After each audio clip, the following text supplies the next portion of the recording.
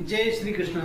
आज हम आप लोगों को बता रहे हैं कि जो क्वेश्चन 2025 के एनएमएमएस की परीक्षा में आया है, इस प्रकार का जो क्वेश्चन आएगा उसमें एक ही क्वेश्चन में 5 सवाल आएंगे।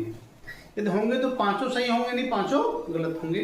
तो बहुत ही ध्यान से करना है। इस क्वेश्चन में कुछ भी नहीं है। देखिए क्या है क्वेश्चन, इस प्रकार से है।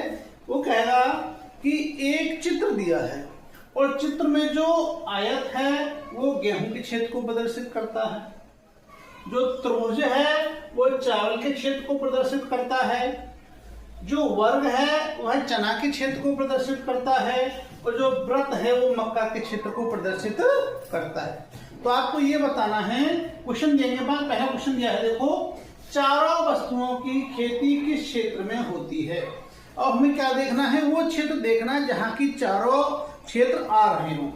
अब देखिएगा ये है आपका, ये जहां पर की आयत भी पहुंच रहा हो और आपका वर्ग भी पहुंच रहा हो, त्रिभुज भी, और ये एरिया में। तो देखो ये यहाँ पर ये एरिया जो ऐसा है 7 अंक, यहाँ पर देखो ये त्रिभुज के बीच में भी आ रहा है। और यदि हम आयत की बात करें तो आयत के बीच में भी ये आ रहा है और वर्ग के बीच में भी ये आ रहा है और वृत्त के बीच में तो है ये। तो ये कैसा है जहाँ की इस वाले एरिया में सभी क्षेत्र है यहाँ पर, तो वो क्षेत्र कितना होगा 7। तो जो 7 अंक होगा ये उस क्षेत्र को प्रदर्शित करता है जहाँ पर की सभी आज लोग पूछने लगे यदि क्या आप वो क्षेत्र बताएं जहाँ पर की गेहूं और मक्का की खेती होती है। किसकी होती है? गेहूं और मक्का की खेती। तो हमें ये देखना है कि जहाँ वृत्त और आयत ही क्रॉस कर रहे हो। तो देखो वो एरिया कौन सा हो गया, ये हो गया। ये 4 अंक जो हो गया ये वो क्षेत्र हो गया जहां पर कि आपका गेहूं और मक्का ही होगी इस क्षेत्र में। अब वो कहने लगे गेहूं और चना का क्षेत्र पूछने लगे।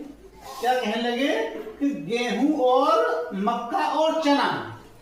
तो हमें मक्का वाला क्षेत्र देखना है और चना वाला देखना है। तो मक्का और चना का क्षेत्र कौन सा हो जाएगा? देखो इसमें ये 10 अंक जो आ रहा है, ये 10 अंक कैसा है, इसमें ये किसके अंदर है, ये वर्ग के अंदर भी है और वृत्त के अंदर भी है। तो मक्का प्लस चना का क्षेत्र कौन सा हो जाएगा? 10 अंक जो प्रदर्शित करेगा मक्का और चने के क्षेत्र को प्रदर्शित करेगा।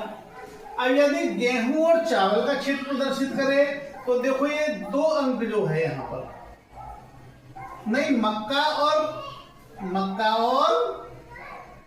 चावल का क्षेत्र, ये 2 अंक जो प्रदर्शित करेगा मक्का और चावल के क्षेत्र को प्रदर्शित करेगा। अब देखो ये 6 अंक है यहाँ पर, 6 अंक पूछे, 6 अंक किसको प्रदर्शित